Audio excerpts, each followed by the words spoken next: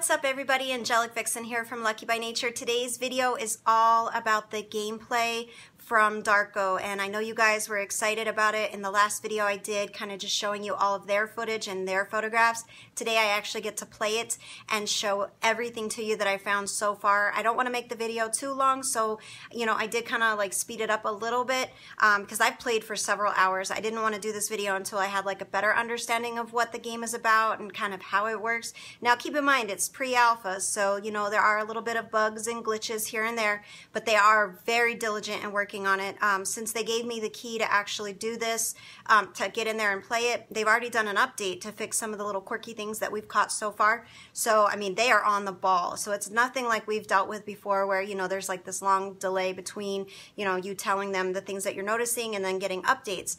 They're really quick about doing it. So let's get right into it and let me show you basically how it works. Alright, so they have just a few servers open for us to go in and play. I'm in the US, so of course I'm going to go into a US server, so the ping will be better. So it's loading. Now, the one thing that I did notice is depending on where you spawn on the ship, which is the map, it can get a little bit more glitchy. I like to spawn in the rear of the ship just because based on the two different locations, that's been my favorite so far.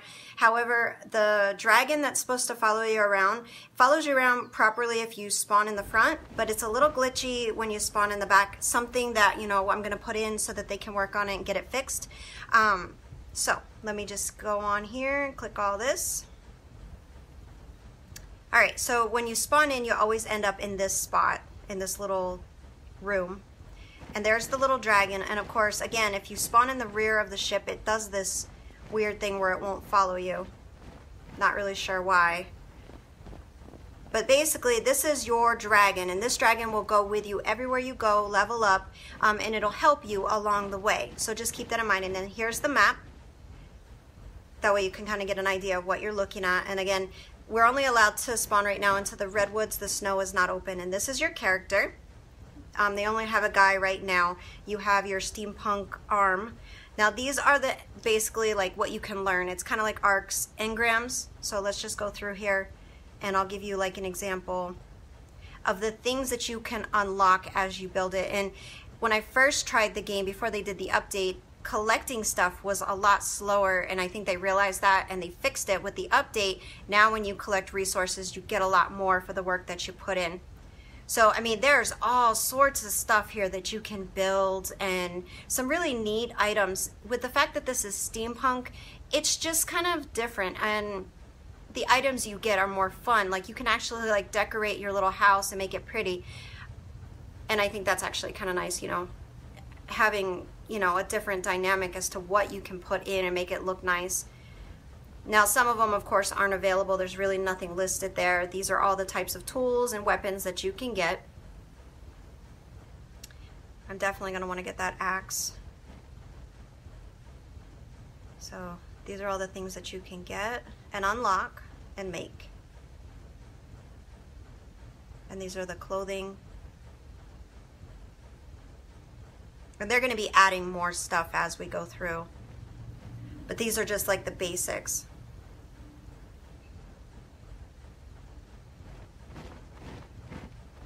Here my dragon is still flying around like crazy. And then you can actually be a dragon master, so that's something that, they'll probably put more stuff in for you to work toward. Okay, so... And this is all the stats, like your health, stamina, things like that. And then if you click up here, you can see all the stuff that you can get. At first it was a little, questionable as to how everything worked, but after a few minutes of just playing with it, you figure it out really fast. And I like that. I actually struggled more when I played Dark and Light, trying to figure out all of the mechanics of it in the beginning, but this one is straight to the point, and I like that. So let me just show you the architecture here. I mean, honestly, for pre-alpha, I'm impressed with the quality of everything. They have done a fantastic job. You could tell they're very dedicated to their game. So I'm not sure if this thing's going to follow me. Like I said, it's kind of buggy right now, but don't let that discourage you. I mean, they're working out all the bugs right now. This is pre-alpha. Yeah, it looks like it's going to just keep going round and round over here. This happened to me before, but again, if you spawn in the front, that typically doesn't happen and your dragon will stay with you. I'm just going to leave it there. That way I can get into this and show this to you. Basically, your dragon will stay with you and grow with you as you advance and level up and things like that. But we'll do that later, you know, in a different gameplay. I'll show you further, you know, on that. Here I want to show you like just the basics of it. All right, so this is the ruins of the civilization that lived here before.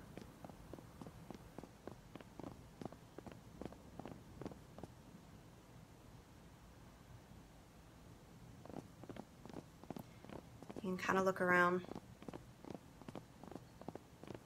I do want to test it to see if you can get resources from these buildings, because one of the things you do is you can actually collect stone and scrap metal from other spots. Well, I'll show you further into the game, but let me just show you in detail here.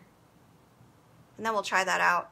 I kept thinking of Fortnite. I'm like, I wonder if you can actually get resources from these buildings, kind of like in Fortnite when you hit stuff, but it doesn't look like it. So these are just ruins. Yeah. No. No, you can't. Okay. Let's try over here, because this one's showing. Be kind of cool to be able to harvest, you know, resources from these ruins, but it looks like no. So let's go down these stairs, and this kind of goes out into the redwoods. And that's where all the fun begins. That's where you get all your resources. That's where you build stuff. That's where you find creatures. Let me give you a good view here.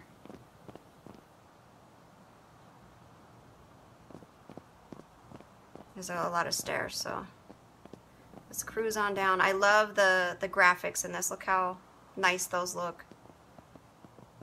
For pre-alpha, again, I really think that they've done a fantastic job in making this a really nice game. And of course, it's not going to be, you know, like the other games that we've played. They said that they're going to have different dynamics. On the last video that I did, they were in there commenting and answering questions, which, you know, there's a lot of information in there. So, you know, I'll put a link to that video in the description of this one. That way, if you want to read the things that they were saying, you know, definitely head over there and do so. They were so nice. When I did that video, I mean, I hope it helped. They definitely increased their pledges. And guys, this game is going to be incredible. So if you guys have the ability to support them, please go over there and pledge. We pledged. We will have our own server when it's released. That way you guys can come in and play with us. Whatever I know, then I can actually share with you and kind of help you out to get you started. Because I'm not going to stop playing. I'm going to keep learning more and more. And as they make changes, you know, figure it out. So this is one of the ways to get scrap metal and stone, is you find those little spots on the ground. And let's see here. What else can we find? And there's water. You drink water the same way you would in the other games. You cannot harvest anything from these. These are just for show to make it look pretty and unique, and, you know, it looks like you're in the woods. I like the paths because it helps you stay on track so you don't get lost.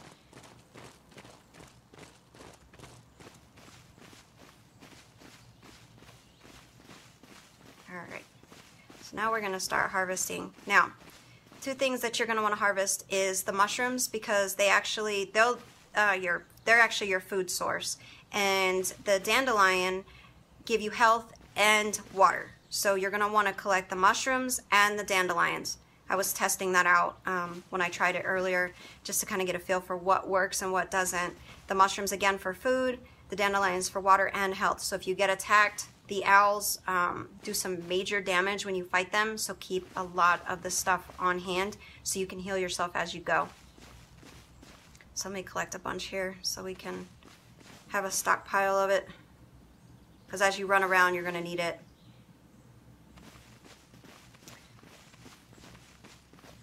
Alright, so now you can see all of this in there in your inventory.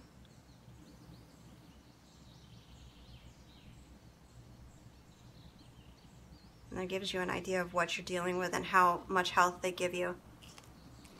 And we're going to eat and fill our food back up.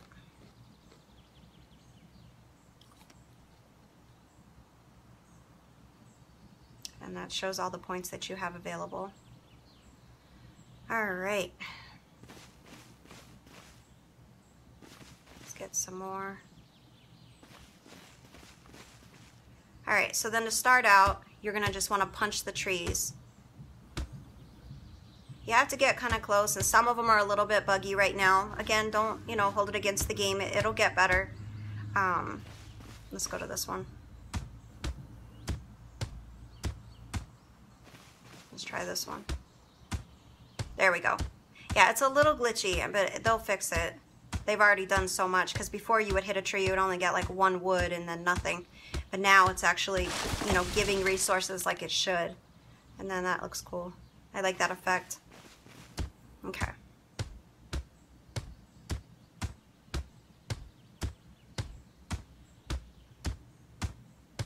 So just like in any other game, in the very beginning, it's slow going, which is normal. It actually, you know, helps you build up your experience, and of course, you know, you'll level up the more work you do. They did say that there wouldn't be your typical type of taming in this game, and in this area in particular, there's a lot of beavers that I killed. They don't seem to have anything in their inventory. Like with the wolves, you do, if you kill them, you do get stuff out of them. But so far, every beaver that I've killed, that was not the case. So let's go over here. This looks like it's a beaver.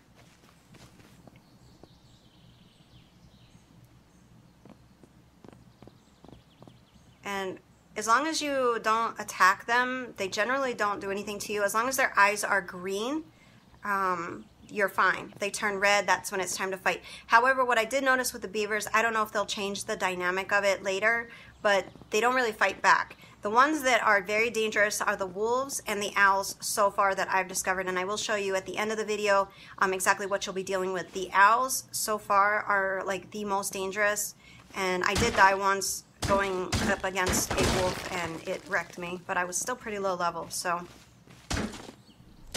Alright, so we're going to collect our scrap. Of course my weight's getting heavy. And then it's cute, look at, that just looks different. I like that, that actually looks realistic, like they're drinking water.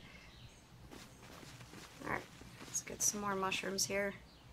You really can't have too many of those because you're going to need them.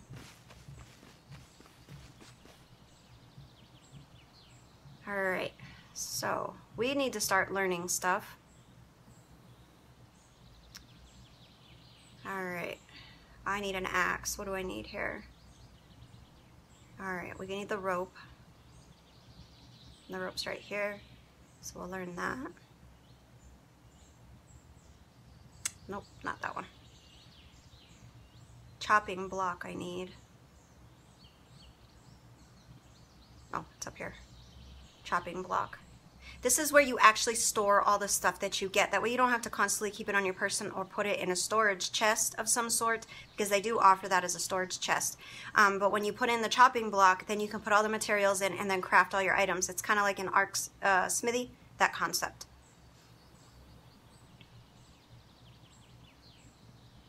And it's just trying to figure out the settings here on how to craft stuff.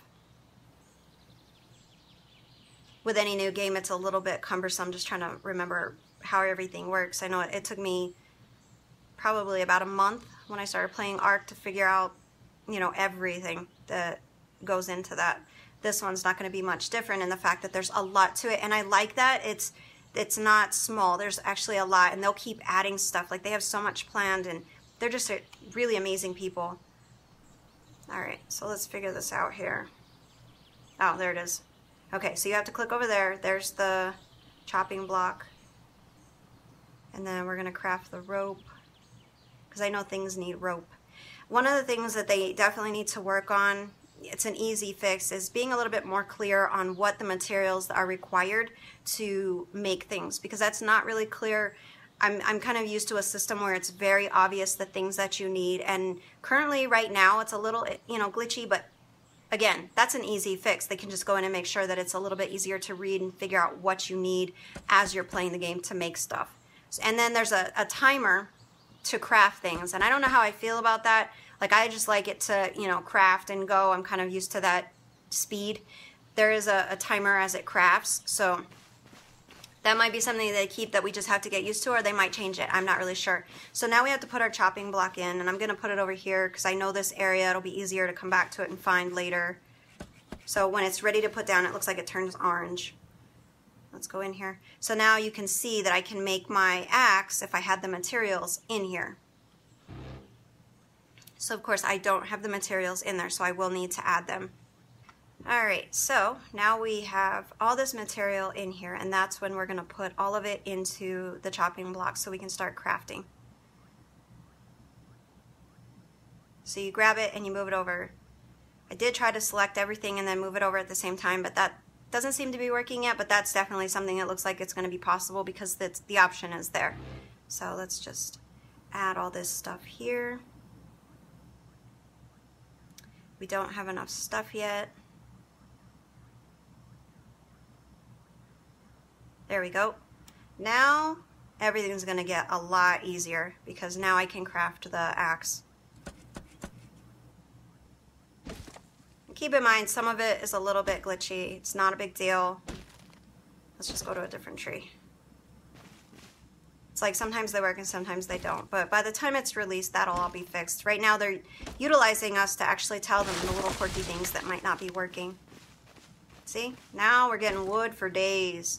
So this is going to be so much easier. Collecting the scrap metal, collecting the stone, fighting, all of that will be easier. So that basically summarized that. Now I want to show you what the wolves are like. Here we go. Here he is.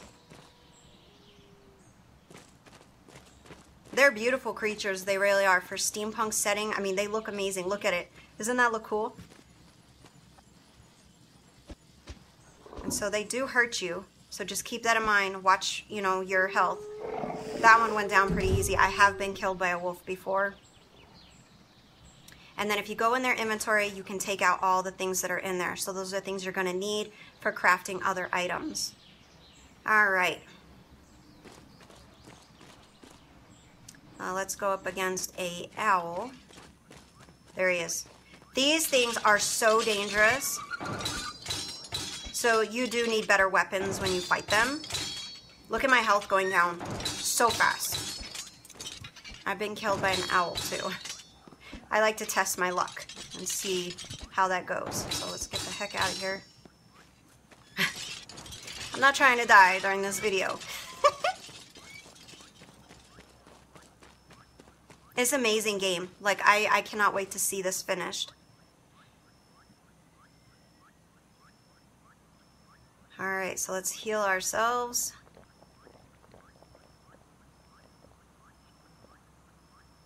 Because that owl was pretty vicious.